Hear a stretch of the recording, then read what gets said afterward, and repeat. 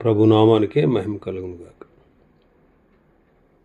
కూడొచ్చిన మీ అందరికీ, కర్మల ఆత్మీయ సహవాస సంఘ విశ్వాసులందరికీ మన ప్రభువును ఆయన ప్రియ కుమారుడునైన యేసుక్రీస్తు వారి శ్రేష్టమైన నామంలో శుభములు మరియు అందరికీ వందనాలు.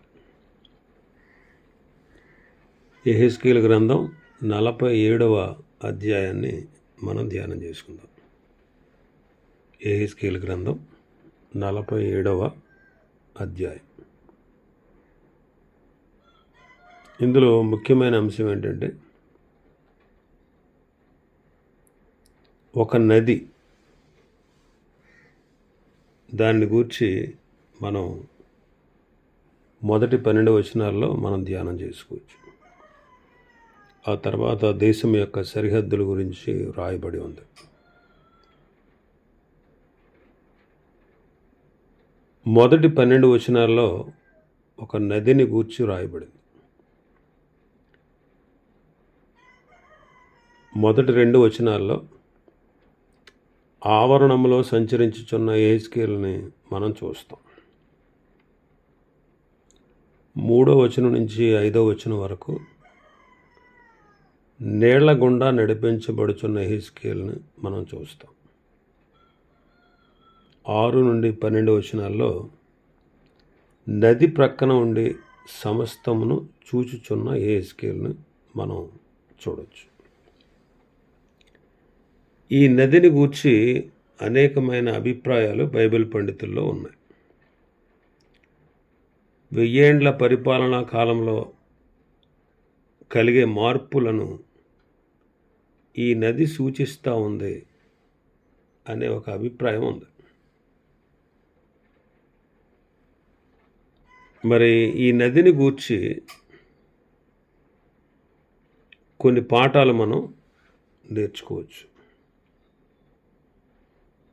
మెస్సయ్య తన రాజ్య పరిపాలనలో యోధా జనాంగము అంటే ఇశ్రాయేలీలు పొందబో ఆశీర్వాదాలకు ఇది మూలం.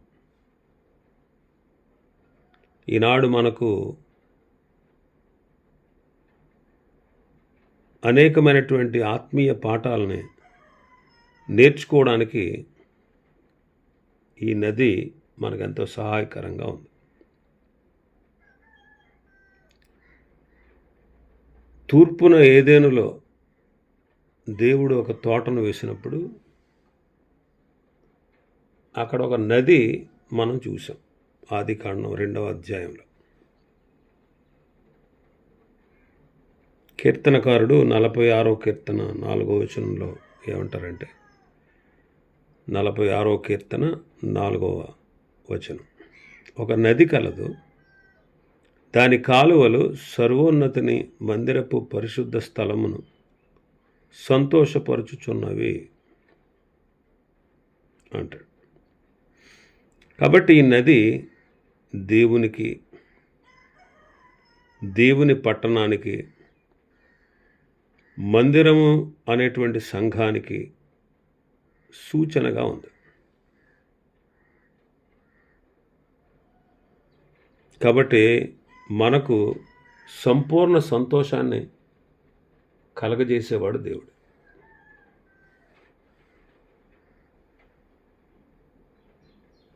ఈ జలములకు అంటే ఈ నదికి కొన్ని పోలికలు ఉన్నాయి.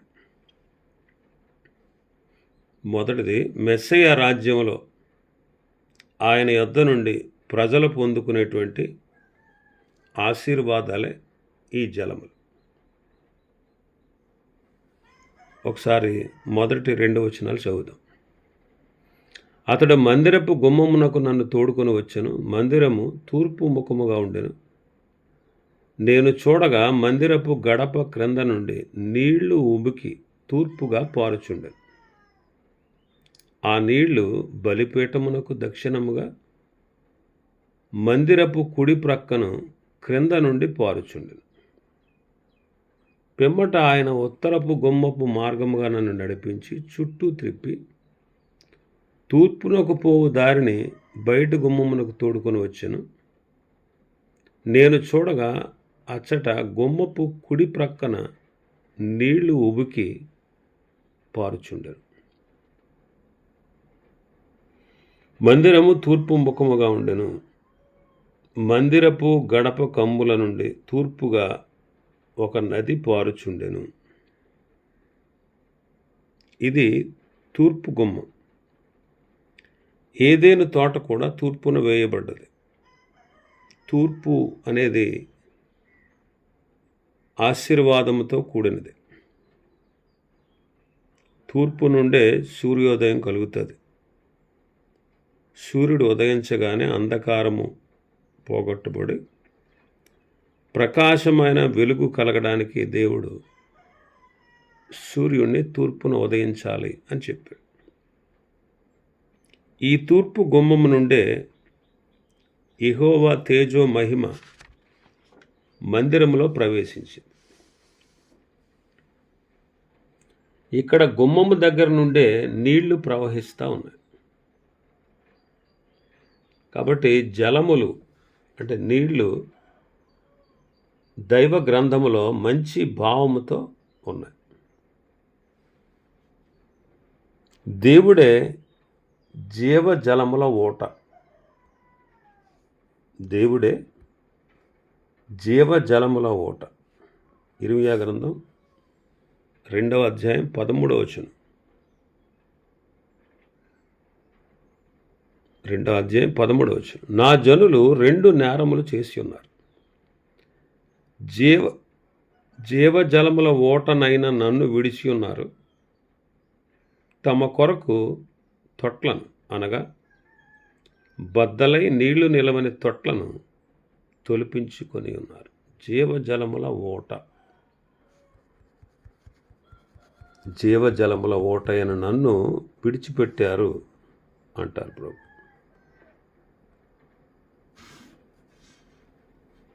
పదిహేడవ అధ్యాయం ఇర్మియా గ్రంథం 13వ వచనం. ఇశ్రాయేలునకు ఆశ్రయమా యెహోవా, నిన్ను విసర్జించి వారందరూ సిగ్గునొందుదురు. నా ఎడల ద్రోహము చేయువారు యెహోవాను జీవజలముల ఓటను విసర్జించి ఉన్నారు గనుక వారు ఇసుక మీద పేరు వ్రాయబడిన వారుగా ఉందురు. యెహోవాను జీవజలముల ఓట. యోహాను సువార్త 4వ అధ్యాయం 14వ వచనం. నేనిచ్చు నీళ్లు త్రాగువాడు ఎప్పుడునూ దప్పికొనడు. నేను వానికిచ్చి నీళ్లు నిత్య జీవమునకై వానిలో ఊరెడి నీటి బొగ్గగా ఉండునని ఆమెతో చెప్పి. ప్రభువైన యేసుక్రీస్తు వారు అంటారు, నేను వారికి ఇచ్చే నీళ్లు నిత్య జీవము కలుగుటకై వానిలో ఊరెడి బొగ్గగా ఉండును అంట. ఆయనే జీవజలం. యోహాను సువార్త 7వ అధ్యాయం 38, 39 వచనాలు మనం చూస్తే, నా యందు విశ్వాసముంచువాడు ఎవడో లేఖనము చెప్పినట్లు వాని కడుపులో నుండి జీవజల నదులు పారునని బిగ్గరగా చెప్పాను. తన యందు విశ్వాసముంచువారు పొందబో ఆత్మను గూర్చి ఆయన ఈ మాట చెప్పాను. యేసు ఇంకనూ మహిమపరచబడలేదు గనుక ఆత్మ ఇంకనూ అనుగ్రహింపబడి ఉండలేదు. పరిశుద్ధాత్ముడు జీవజల నదులకు సాదృశ్యమై ఉన్నాడు. దేవుడే జీవజలముల ఓట. ప్రభువే నిత్య జీవము కలగజేసే, యేసుక్రీస్తే నిత్య జీవము కలగజేసే బొగ్గ, ఊరెడి బొగ్గ. పరిశుద్ధాత్ముడే జీవజల నదులకు సాదృశ్యమై ఉన్నాడు. 4వది, దేవుని వాక్యము కూడా నీరుకు సాదృశ్యం. వాక్యమును ఉదక స్నానము చేత మనలను ఆయన పవిత్రపరుస్తూ ఉన్నాడు. కాబట్టి దేవాలయపు తూర్పు గుమ్మము ముందు ఈ జలములు ప్రవహిస్తూ ఉన్నాయి. దేవాలయము దేవుడు నివసించే స్థలం కనుక దేవుని వద్ద నుండి ఈ జలములు ప్రవహించుచూ ఉన్నాయి. ఈ నీళ్లు బలిపీఠమునకు దక్షిణముగా మందిరపు కుడి ప్రక్కన పారుచుండెను. బలిపీఠము మందిరమునకు ఎదురుగా లోపలి ఆవరణంలో ఉంది.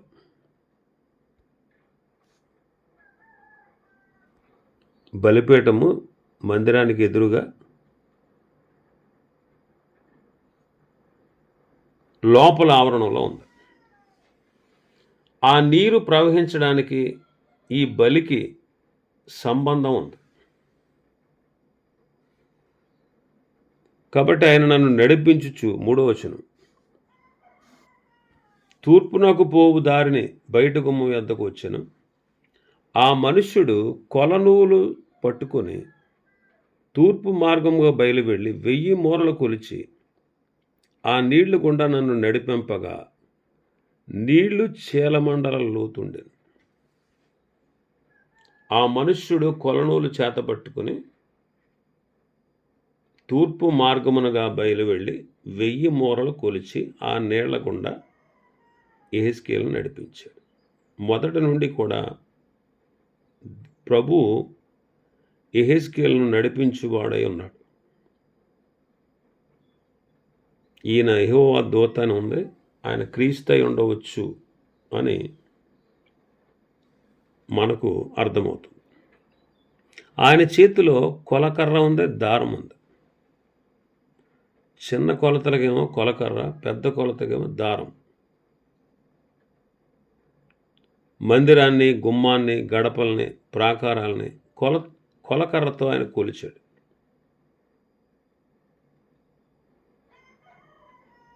కాబట్టి ఇప్పుడు ఎక్కువ కొలత కాబట్టి 1000 మూరలు కాబట్టి ఇక్కడ కొలుస్తూ ఉన్నాడు. ఇందుకు 4 కొలతలు ఉన్నాయి. ఒక్కొక్కసారి 1000 మూరల చొప్పున ప్రతి 1000 మూరలకు ఒక మార్పు కనబడతా ఉంది. భక్తులైన వారు ఈ 4 భాగాలని 4 విధాలుగా ధ్యానించారు. ఈ నీళ్లు దేవుని వద్ద నుండి బలిపీఠం ప్రక్క నుంచి వస్తూ ఉన్నాయి. దేవుని వద్ద నుండి బలి అర్పించుట వలన, ఆరాధించుట వలన ఈ నీళ్లు వస్తూ ఉన్నాయి. ఆ మనుష్యుడు 1000 మూరలు కొలిచి నీళ్ల గుండా నన్ను నడిపించగా నీళ్లు చీలమండల లోతు ఉండెను. చీలమండ పాదములను సూచిస్తూ ఉంది. పాదములు నడకకు సాదృశ్యం. ఆదాము నుండి హానోకు వరకు 1000 సంవత్సరాలు. హానోకులో మనం నడకను చూస్తున్నాం. హానోకులో మనం నడకను చూస్తాం. హానోకు 300 సంవత్సరములు దేవునితో నడిచెను. హానోకు దేవునితో నడిచిన తర్వాత దేవుడు అతనిని తీసుకొని పోయెను. ఆయన తీసుకొని పోకబడక మునుపు దేవునికి ఇష్టుడు అని సాక్ష్యం పొందెను. ఈ మాటలు హెబ్రీ పత్రిక 11వ అధ్యాయం 5వ వచనంలో చదువుతాం. కాబట్టి ప్రతి విశ్వాసిలో మొదటిది నడక. అందుకే మనం క్రీస్తును పోలి నడుచుకోవాలి. క్రీస్తు మనకు చక్కని మాదిరి. మనం దేవునితో నడవాలి. అందుకే ఆయన అడుగు జాడల్లో మనం నడిచేటట్లుగా ప్రభువు మన కొరకు మాదిరి ఉంచిపోయాను అని పేతురు మొదటి పత్రిక 2వ అధ్యాయం 21 నుంచి 23 వరకు చదువుతాం. తెసలోనికే సంఘస్థులు కూడా దైవజనులను ప్రభువును పోలి నడిచారు అని మొదటి అధ్యాయం 6వ వచనంలో చదువుతాం. ఆ తర్వాత 4వ వచనంలో మన భాగంలోకి వస్తే, ఆయన మరి 1000 మూరలు కొలిచి నీళ్ల గుండా నన్ను నడిపింపగా నీళ్లు మోకాళ్ళ లోతుండెను. మోకాళ్ళ లోతు. మోకాలు అనేది ప్రార్థనా జీవితానికి సూచన. హానోకు నుండి అబ్రహాం వరకు 1000 సంవత్సరాలు. హానోకు నుండి అబ్రహాం వరకు 1000 సంవత్సరాలు. 1000 సంవత్సరాల్లో జీవించిన అబ్రహాము ప్రార్థనా వీరుడుగా కనబడతాడు. సొదొమ కొరకు లోతును బట్టి అబ్రహాము దేవుని సన్నిధిలో విజ్ఞాపన చేశాడు. అబ్రహాముకు మొదటి నుండి ప్రార్థించే అలవాటు. అందుకే తెగించి దేవుని సన్నిధిలో విజ్ఞాపన చేశాడు. ఆదికాండం 18వ అధ్యాయంలో మనం చూస్తాం. 18వ అధ్యాయంలో అబ్రహాము కుటుంబంలో ప్రార్థన ఉంది అని మనకు కనబడుతుంది. అబ్రహాము పెద్ద దాసుడైన ఎలియాజరు ఒంటెలను మోకరింపచేసి ప్రార్థించాడు అని ఉంటుంది 24వ అధ్యాయం ఆదికాండంలో. అతడు ప్రార్థన చేసిన వెంటనే జవాబు పొందాడు. కాబట్టి మన జీవితంలో కూడా ప్రార్థన ఉండాలి. మొదటిది నడక అంటే ప్రవర్తన, తర్వాత ప్రార్థన అన్నమాట. మన ప్రవర్తన సరి లేకుండా ప్రార్థన చేసిన ఆ ప్రార్థనలు దేవుని సన్నిధికి వెళ్ళవు. నా హృదయంలో నేను పాపమును లక్ష్యము చేసిన ఎడల ప్రభువు నా మనవి వినకపోవును అంటాడు కీర్తనకారుడు 66వ కీర్తనలో. పరిశుద్ధుల ప్రార్థనలే దేవుడు అంగీకరిస్తాడు. పాపుల మనవి ఆయన ఆలకింపడు. ఆ తర్వాత 4వ వచనంలోనే ఇంకా ఆయన 1000 మూరలు కొలిచి నీళ్ల గుండా నన్ను నడిపింపగా నీళ్లు మొలలోతుండెను. మొల నడుము అన్నమాట, నడుము లోతు. ఇక్కడ మొల నడుము కట్టుకొని పనిచేయుటను సూచిస్తాం. అబ్రహాము నుండి 1000 సంవత్సరాలకు వచ్చినవాడు సొలొమోను. సొలొమోను దేవుని మందిరాన్ని కట్టాడు. రాజుల గ్రంథం మొదటి రాజుల గ్రంథం 6వ అధ్యాయంలో మనం చూస్తాం. మందిరము సంఘమును సూచిస్తూ ఉంది. దేవుని మందిరములో అనగా జీవము గల దేవుని సంఘములో అంటాడు పౌలు గారు తిమోతి మొదటి పత్రిక 3వ అధ్యాయం 15వ వచనంలో మందిరమును సంఘముతో పోల్చారు. కాబట్టి సంఘము కట్టబడాలి, మందిరం కట్టబడాలి అంటే సువార్త చెప్పి ఆత్మలను రక్షణ మార్గంలోకి నడిపించాలి. సకల లోకానికి వెళ్ళి సర్వలోకానికి వెళ్ళి సర్వ సృష్టికి సువార్తను ప్రకటించండి. నేను మీకు ఏ సంగతులు బోధించానో వాటిని వారికి తెలియజేయండి అని ప్రభువే ఆజ్ఞ ఇచ్చారు. కాబట్టి రక్షింపబడిన వారు దేవుని సంఘములో పాలిభాగస్తులు. ఇది సేవా జీవితాన్ని సూచిస్తూ ఉంది. కాబట్టి మొదటిది రక్షణ, తర్వాత ప్రవర్తన, తర్వాత ప్రార్థన, తర్వాత దేవుని సేవలో కొనసాగుట. ఇది మంచి క్రమం. ఇంకా 5వ వచనంలో మనం చూస్తే ఆయన ఇంకను 1000 మూరలు కొలవగా నీళ్లు మిక్కిలి లోతై నేను దాటలేనంత నది కనబడు. దాట వీలు లేకుండా ఏదవలసినంత నీరు గల నది ఆయను అంటారు. కాబట్టి ఇంకా 1000 మూరలు కొలవగా నీళ్లు మిక్కిలి లోతైన నేను దాటలేనంత నదిగా ఉంది. కాబట్టి ఆ నదిలో ఏదవలసి వచ్చింది. సొలొమోను నుండి క్రీస్తు వరకు 1000 సంవత్సరాలు.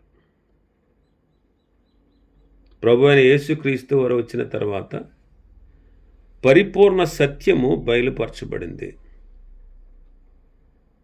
66 పుస్తకములు కలిగినటువంటి పరిశుద్ధ గ్రంథం, పరిపూర్ణ బైబిల్ మన చేతిలోకి వచ్చింది. ఇందులో సంపూర్ణ సత్యము తేటపరచబడింది. అందుకే మనం సంపూర్ణ సత్యమును మనం ఎరిగి పరిపూర్ణతలోకి ఎదగాలి. కాబట్టి ప్రభు పిల్లలైనటువంటి మనం, ఆయన బిడ్డలమైన మనం, రక్షణ పొందిన మనం, మొదటిది మన ప్రవర్తన, రెండవది ప్రార్థన, మూడవది పరిచర్య, నాలుగవది పరిపూర్ణతలోకి మనం ఎదగాలి. కాబట్టి పరిపూర్ణతలోనికి మనం రావాలి. అలాగే మిగిలిపోకూడదు. రక్షణ పొంది అలాగే చిన్న బిడ్డల్లాగా ఉండిపోకూడదు. ఎదగాలి. వాక్యం అనే పాలను అపేక్షించాలి. తర్వాత బలమైన ఆహారం తినాలి. ఎదగాలన్నమాట. కొరింథీ సంఘం ఎదగలేదు. అందుకే పౌలు గారు ఏమన్నాడంటే, మీరు ఇంకా పాలు తాగవలసిన వాళ్ళే కానీ బలమైన ఆహారం తినడానికి మీరు ఇంకా ఎదగలేదు, పరిపూర్ణతలోకి రాలేదు అంటాడు. కాబట్టి మొదట మన ప్రవర్తన, తర్వాత పని, ప్రార్థన, తర్వాత పరిచర్య, ఆ తర్వాత సంపూర్ణతలోనికి మనం ఎదగాలి. సంపూర్ణతలోకి మనం ఎదగాలి. ఇంకా చాలా విషయాలు ఈ అధ్యాయంలో ఉన్నాయి. ప్రభు చిత్తమైతే రేపటి దినం మరికొన్ని విషయాలు ఈ అధ్యాయంలో నుండి ధ్యానం చేసుకుందాం. దేవుడి వర్తమాన వాక్యాన్ని మన వినికిడిలో ఆశీర్వదించును గాక. ఆమేన్.